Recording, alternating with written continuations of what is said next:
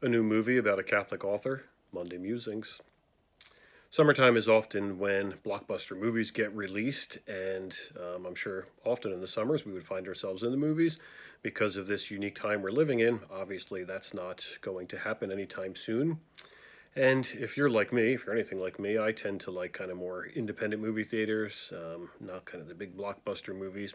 So if you're anything like that, you may like this new documentary that was just recently produced about a famous Catholic author named Flannery O'Connor.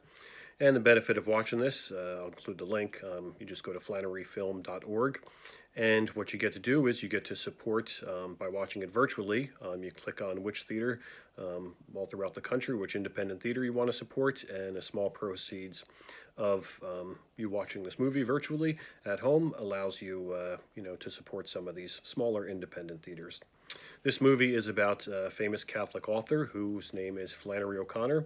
If you never heard of her, she was born in the 1920s, and she was born in the South, and she was born to into a Catholic family, and she died at only the age of 39 because of lupus.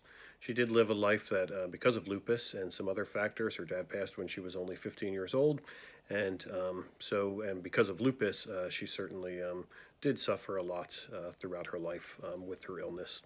She was a very famous Catholic author. Growing up in a small Georgian town and being Catholic, she was kind of lumped in with kind of people who were seen as on the fringe of society. Jews, blacks, Catholics, they were all kind of somewhat suspect in Southern culture at that time. And when she was kind of getting her start in her, writing, she went to Iowa and she began to get some influence there. She eventually went to New York, and she began her writing career.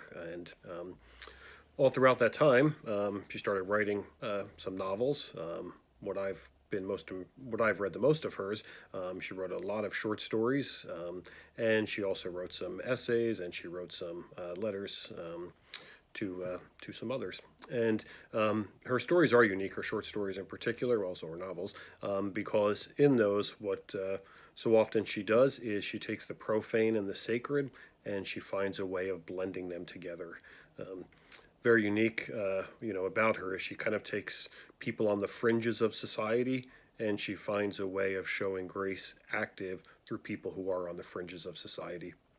And so, she'll take someone who is a traveling Bible salesperson, and he actually ends up stealing a woman's wooden leg. She'll take someone who is a preacher and starts a church without Christ. In one of her books, in the first 20 pages, there is 6 murders that happen.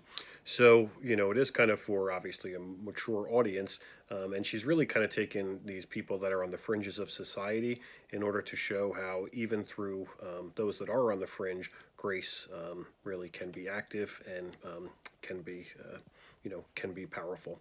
And she even says about violence in her novels. She said that violence is strangely capable of returning my characters to reality and preparing them to accept their moment of grace.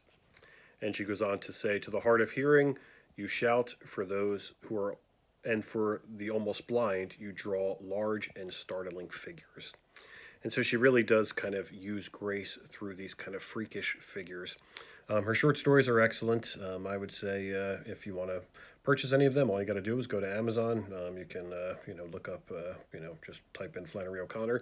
If you want to watch the film, it's flanneryfilm.org. I'll include a link for that. If you're watching on Instagram, again, you got to go to the YouTube channel. And again, you do get the opportunity to support some local independent theaters and learn more about this Catholic writer who did have such an influence on both culture and also, a Catholic worldview. And speaking of about being a Catholic novelist, she said, the Catholic novel is not necessarily about a Christianized or Catholicized world, but one in which the truth as Christians know it has been used as the light to see the world by.